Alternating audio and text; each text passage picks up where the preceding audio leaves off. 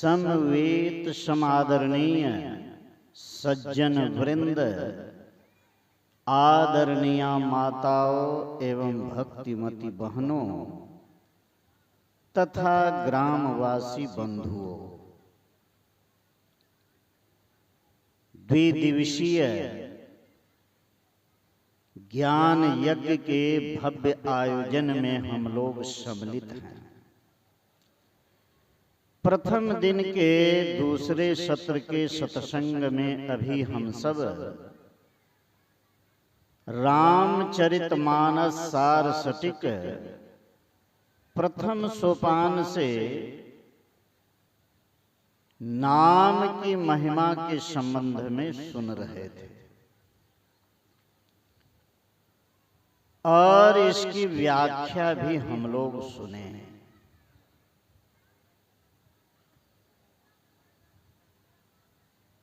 भक्तों के प्रकार चार हैं और भक्ति के प्रकार 9। चार प्रकार के जो भक्त हैं उन भक्तों को गोस्वामी तुलसीदास जी कहे हैं कि नाम का ही आधार है। अभी हम लोग पाठ में सुन रहे थे कि राम भगत जग चारि प्रकारा, चारु सुकृत अनघ उदारा। चार प्रकार के भक्त हैं। वे हैं ज्ञानी, जिज्ञासु, अर्थार्थी और आर्थ। गीता में भी भगवान कृष्ण ये चार प्रकार के भक्तों का वर्णन किए हैं और इन चारों प्रकार के भक्तों को नाम का ही आधार है। ये चारों भक्त कैसे हैं? चारों सुकृत पुण्यवान हैं, अनघ पाप रहित और उदार है। चहु चतुरन कह नाम आधारा, ज्ञानी प्रभु ही विशेष प्यारा। गोस्वामी तुलसीदास जी कहे हैं चारों भक्तों को नाम का ही आधार है और इन चारों भक्तों में परमात्मा को सबसे विशेष प्यारा ज्ञानी भक्त है। ज्ञानी भक्त, ज्ञानी प्रभु ही विशेष प्यारा।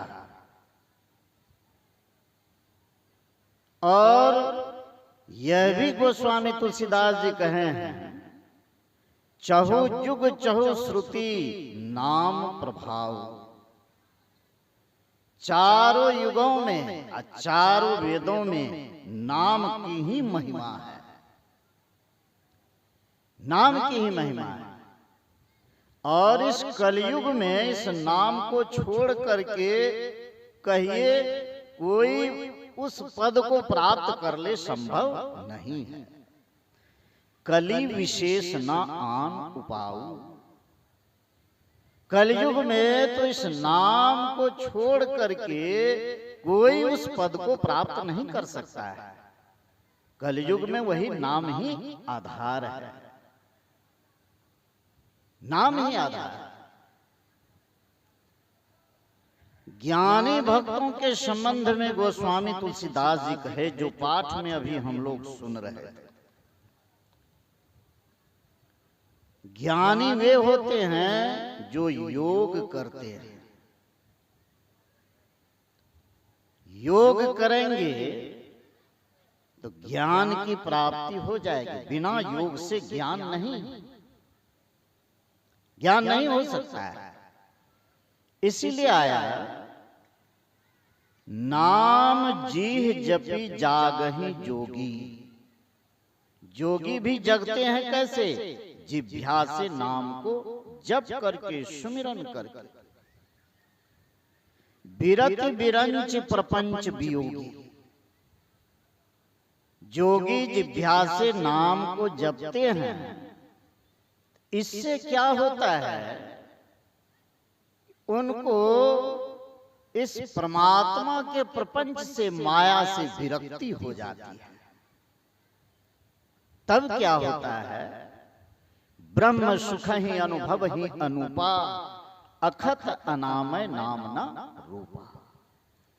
उनको ब्रह्म सुख की अनुभूति होती है। वह ब्रह्म सुख को प्राप्त करता है, वह ज्ञान हो जाता है, ज्ञानी हो जाता है। जो ब्रह्म कैसा है, अकथ अनामय नाम न रूपा, उसका कोई नाम नहीं, अकथ, उसके संबंध में कहा नहीं जा सकता। अनामय रोग रहित हैं, नाम न रूपा, कोई नाम भी नहीं, कोई रूप भी नहीं, उस परमात्मा का ज्ञान हो जाता है। इस तरह चारों भक्तों का वर्णन किए हैं, और चारों भक्तों को नाम का ही आधार है। और भक्त जो हुआ जाता है, नाम का जाप व भजन करके कोई भक्त होते हैं। और जिस नाम का जाप व भजन करके भजन भक्त होते हैं, वे नाम भी दो प्रकार के हैं। एक है सिफाती नाम और दूसरा जाति नाम। सिफाती नाम कहते हैं जो व्यक्ति, वस्तु और स्थान के सिफत को बतलाता है, उसका पहचान करा देता है। जैसे किसी को 5 पुत्र है, बड़े पुत्र का नाम लेके बुलाएगा तो ख्याल उसका सूरत जो है उसके मानस पटल पर आ जाएगा, सिफत बतलाता है। इसीलिए उसको सिफाती नाम कहते हैं। जैसे राम, कृष्ण आदि आदि। वह व्यक्ति, वस्तु, स्थान का सिफत बतलाता है, इसी को कहते हैं वर्णात्मक नाम। वर्णात्मक नाम। दूसरा है जाति नाम, जो नाम, जो शब्द घट घट में है, घट घट में है, सबके अंदर वह नाम है, उसको जाति नाम कहते हैं। जिसको कहते हैं ध्वन्यात्मक राम नाम, ध्वन्यात्मक राम नाम। इन्हीं दो नामों का, एक नाम का जप, वर्णात्मक नाम का जप, ध्वन्यात्मक नाम का ध्यान करके कोई भक्त होता है, भक्त होता है। और नाम की बड़ी महिमा है। गोस्वामी तुलसीदास जी तुलसी सप्तशती में लिखे हैं कि 14 चारों अष्टदश रस समझब भरपूर, नाम भेद जाने बिना सकल समझ महधूर। 14 चारों अष्टदश, 14 विद्याएं, 4 वेद, 18 पुराण। ये सब विद्या, सब वेद की ऋचाओं को जानते हैं, पुराणों के कथाओं को जानते हैं, उसके रस को खुद समझते बुझते हैं। यदि नाम के भेद को नहीं जाना तो गोस्वामी तुलसीदास जी कहते हैं कि सकल समझ महधूर। समझिए वह धूल खाक ही छाना है। इसलिए नाम के रहस्य को समझना चाहिए। गोस्वामी तुलसीदास जी कहे हैं आगे कि इस नाम के रहस्य को कैसे जान सकते हैं? बिना गुरु से कोई जान नहीं सकता। बिन गुरु जान ना कोई। बिना गुरु से कोई नहीं जान सकते हैं। तुलसी कहीं विनीत बर, जौं बिरंच शिव होए। चाहे ब्रह्मा विष्णु महेश के समान आप में गुण आ जाए, सृष्टि करने का गुण, संहार करने का गुण, पालन करने का गुण भी आ जाए, तब भी इस नाम के रहस्य को, भेद को बिना गुरु से कोई नहीं जान सकता। उन्होंने कहा, रसना सुत पहचान बिनु, कहो जो कौन भुला, पाए को गुरु हरि कृपा, उदित भय रवि ज्ञान। रसना सुत, रसना कहते हैं जिह्वा। जिह्वा का पुत्र क्या है? शब्द है। शब्द है, नाम है। नाम कहिए, शब्द कहिए, एक ही बात। जिह्वा का पुत्र शब्द। बिना जिह्वा के वर्णात्मक नाम का ठीक ठीक उच्चारण होगा? नहीं होगा। इसीलिए कहा, रसना सुत पहचान बिनु, कहो जो कौन भुला। कहो कौन इस संसार में भुला हुआ नहीं है? ब्रह्मा के इस प्रपंच में कौन नहीं भुलाया हुआ है? पाए को गुरु हरि कृपा, उदित भय रवि ज्ञान। और इस नाम को किससे पाएंगे? गुरु से पाएंगे। बिना गुरु से संभव नहीं है। बिना गुरु से संभव नहीं है। इसीलिए गुरु से नाम के भेद को जानिए। और गोस्वामी तुलसीदास जी इस नाम के 3 भेद बतलाए हैं। श्रवणात्मक, वर्णात्मक, ध्वन्यात्मक विधि 3। त्रिविध शब्द अनुभव अगम, तुलसी कहें प्रवीण। ये 3 प्रकार के नाम हैं। एक श्रवणात्मक, जो सुनते हैं, उसको वर्णों में लिखा नहीं जा सकता, जैसे बाजे गाजे का शब्द यह है, उसमें भी आकर्षण है। शब्द में आकर्षण होता है। जहां से शब्द आता है, सूरत उधर लग जाती है, उधर लगता ही।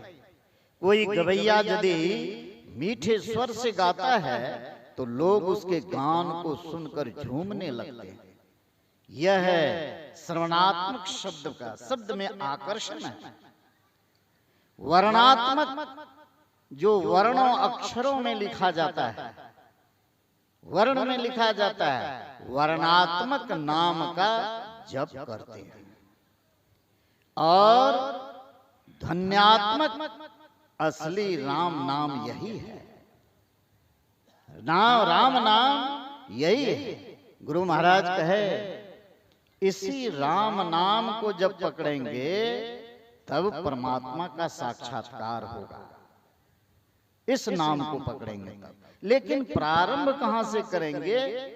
हम लोग नाम रूपात्मक संसार में हैं, स्थूल जगत में हैं। इसीलिए पहले स्थूल नाम का सहारा, स्थूल रूप का सहारा है।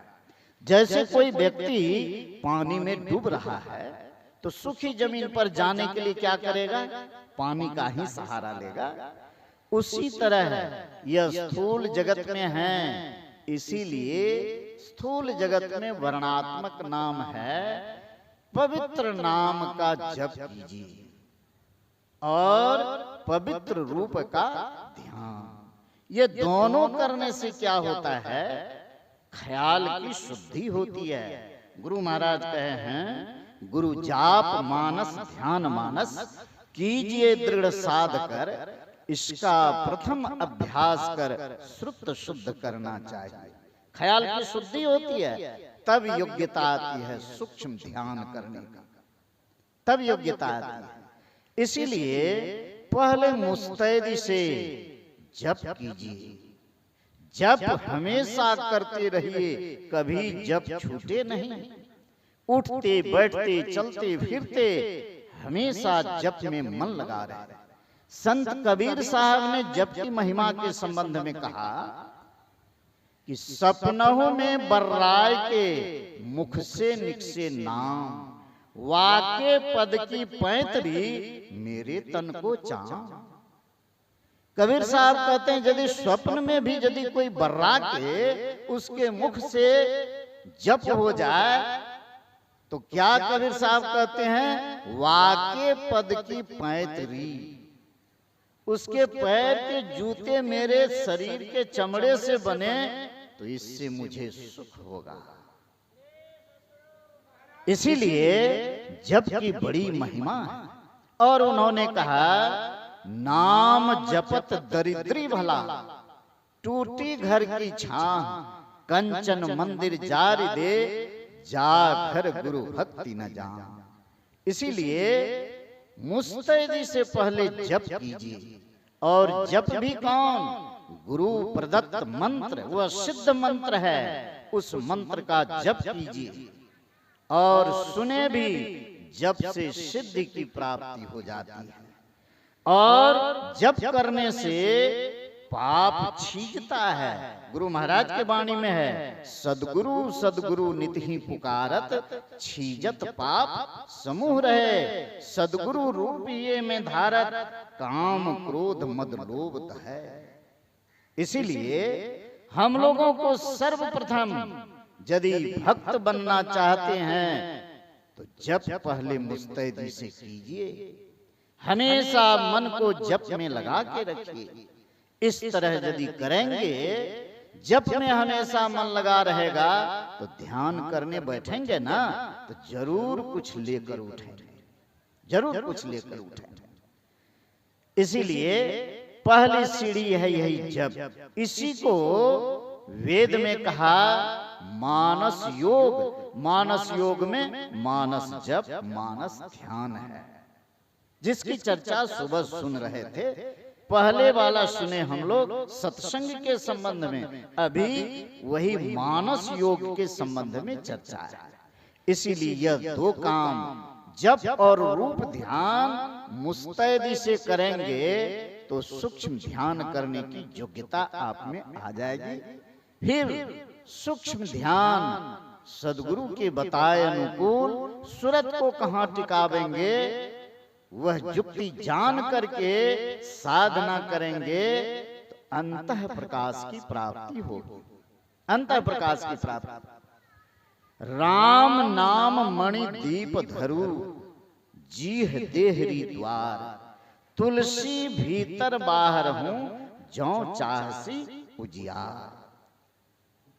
जैसे घर के दरवाजे पर दीपक जलाकर रख दीजिए तो घर के अंदर भी प्रकाश और बाहर भी प्रकाश। उसी तरह है राम नाम, जो राम नाम जो अमर नाम है वह कहाँ मिलेगा? वहीं मिलेगा। कहाँ मिलेगा? जहां से रास्ता प्रारंभ है वही मिलेगा। उस राम नाम को यदि प्राप्त कर लिए, अंतर बाहर प्रकाश ही प्रकाश, सब कुछ अपने अंदर देखेंगे। इसलिए गोस्वामी तुलसीदास जी कहे, राम नाम मणि दीप धरु, जीव देहरी द्वार, तुलसी भीतर बाहर हूं, जौ चाहसी उजियार। और वहीं वह नाम मिलेगा। पहले अनहद शब्द, अनहद में ही सार शब्द है। अनहद में धुन सत लौलाय, भवजल तरीबो यही उपाय। इसीलिए सबसे पहला काम है हम लोग मुस्तैदी से जप करें और संसार में अच्छे आचरण से रहें, सदाचार समन्वित जीवन व्यतीत करते हुए जप ध्यान सत्संग करते रहें। अवश्य है लक्ष्य की प्राप्ति होगी। इन्हीं शब्दों के साथ वाणी को विराम देता हूँ। बोलिए श्री सद्गुरु महाराज की जय। श्री